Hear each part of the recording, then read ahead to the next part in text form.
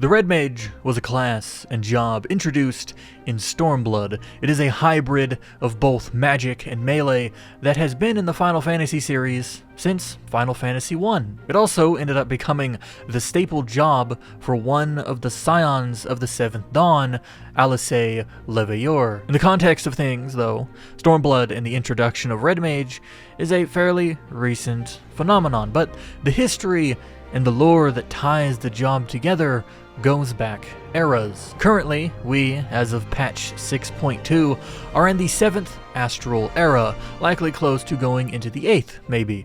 But in order to properly tell the story of the Red Mage, we must go all the way back to the 6th Umbral Era, which occurred over 1500 years ago. And so today, we are going to do just that. Today, we shall chronicle the earliest history of the Red Mage, from its origin to its role in the present day. Not much is known, and really not a lot has been told to us about the 6th Umbral Era, other than that there was a war between mages.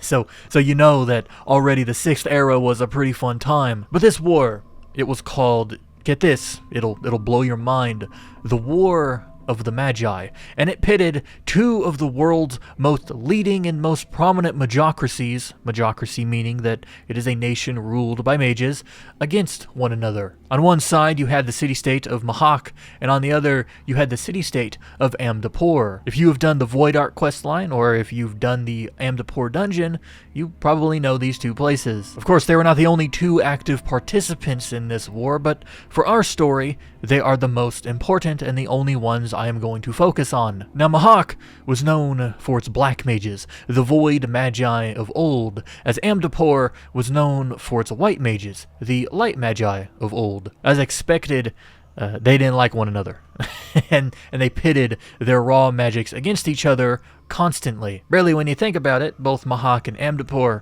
are one of the earliest known cases in the lore of light fighting dark and dark fighting light, which is a super huge theme in Final Fantasy XIV. But unlike almost all other examples of light versus dark, or dark versus light, there was no true good guys in the War of the Magi, because both sides, white or black, astral or umbral, developed more and more terrible and destructive methods in which to counter the other side as this war went on, which started as golems and servants made with their own ether turned into using the very land in which they stood upon to power their abilities for warfare. This abuse by both sides went unrestricted, each side channeling more and more of the star's ether, involving each of the elements on this table and powers on this chart, until the balance tipped towards the favor of water. Now, quick note, looking at the elemental wheel of Hydaelyn, water is more aligned with darkness. It is umbral. Therefore, technically speaking, since it was the last element left standing, Mhach won the war. The black mages of the umbral powers claimed victory in the War of the Magi. And it is very fitting, because the umbral mages, using umbral powers, went and brought about the Sixth Umbral Calamity. Because due to the ethereal imbalance that the War of the Magi brought about on the land, the world was flooded, Mhach included. On some accounts, it is said that the Magi's abuse of the elements spawned Oha-Sok, an unaspected elemental who stopped the conflict by drowning it. But in others, it is said that the mages' disregard for the natural order simply caused rising tides and drowned the lands left in ethereal imbalance. But we know, given other events, that the Ascians were the most likely culprits in bringing about the calamity, given their desire to empower Zodiark. But that is neither here nor there. Whatever the way, Mhach and Amdapor's war did cause the Sixth Umbral Calamity, and the world was ravaged by water, forcing those who survived to flee to higher grounds until the imbalance of ether could be restored. And so rose settlement in Gyr Abania, the highest reaches of Aldenard, the continent in which the Magi War took place, and the future setting of Eorzea, as a safe haven from the rising waters and rampant currents. This calamity also went on to spawn Sharlayan, but I mean, look, our story lies in the ancient history of Alamigo, not with the dorks and bookworms of Nerdsville, so they don't matter, and they never will. Wink. Now, among those who fled the lower lands of Aldenard and journeyed to Gyr Abania, quite obviously, were some of the surviving mages of both Amdapor and Mhach. Also quite obviously, and as to be expected, many of the survivors at the time blamed both white and black mages for the destruction of their homes they might never ever get to see again in their lifetime, because two nations just simply couldn't get along. So for their own safety, these surviving mages shed the white and black of their robes and went into hiding, but these same mages knew that in order to restore order and bring about a better life for those who were safe from the floods, their magic would be needed. Because while magic did cause a lot of destruction, the two magocracies also eased the lives of many through the arcane, and I imagine that many mages tried in vain to help those settling in Gyr Abania, until a group of magi came together and changed the fortunes of both the surviving mages and the people around them forever. In agreement that their arts were dangerous but needed to ensure the survival of mankind, they sought compromise, a way to make amends to those they spurned, the world included. And thus, no longer would these mages draw upon the land to power their spells.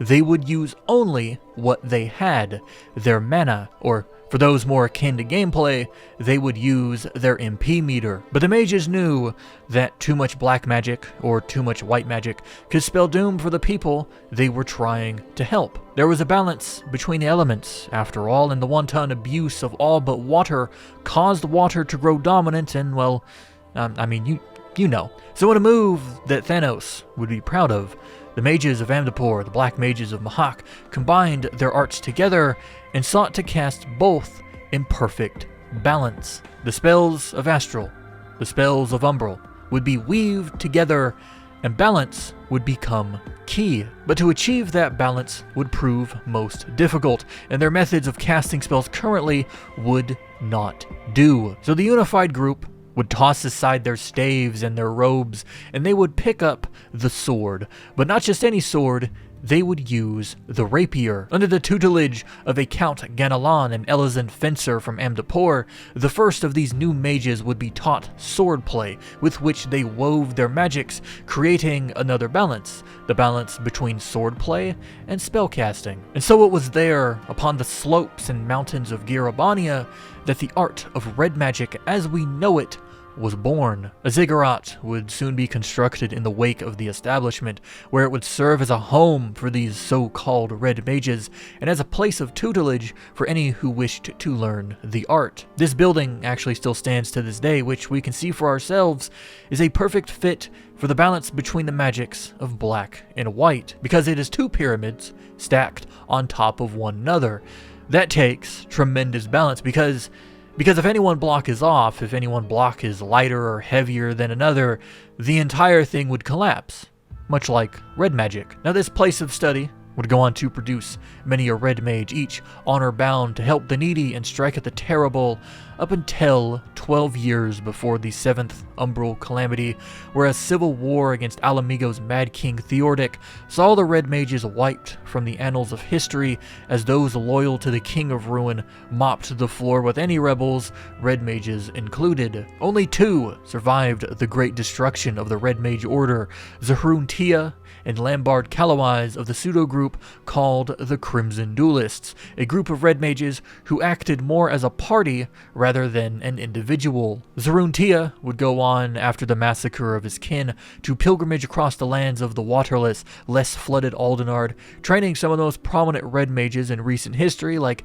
Alice Leveilleur and the Warrior of Light if they so chose to take up the mantle. Lambard would do the opposite and find a home within the evils of the Garlean Empire and return to the long-forbidden dark arts of yore. Of course, Zahrun Tia and the Warrior of Light, aided by a girl known as Arya, would go on to stop Lambard and also foil a plot by a rogue void-sent Lilith. Now I'm brushing over a lot of details here, but if I didn't, this section would probably take up most of the video and be like an hour long. But as of now, as of the present day, as of the end of Shadowbringers, Zahrun Tia has gone on to share the arts of the Red Mage with many more, tutoring Arya and others once the Warrior of Light far exceeded him in the ancient arts he once gave to us, if we so chose. But even if we surpassed our mentor, even if the Red Mage was practically Order 66 out of existence, the tenant of the Red Mage remains, and it is something that I believe everyone, regardless of job,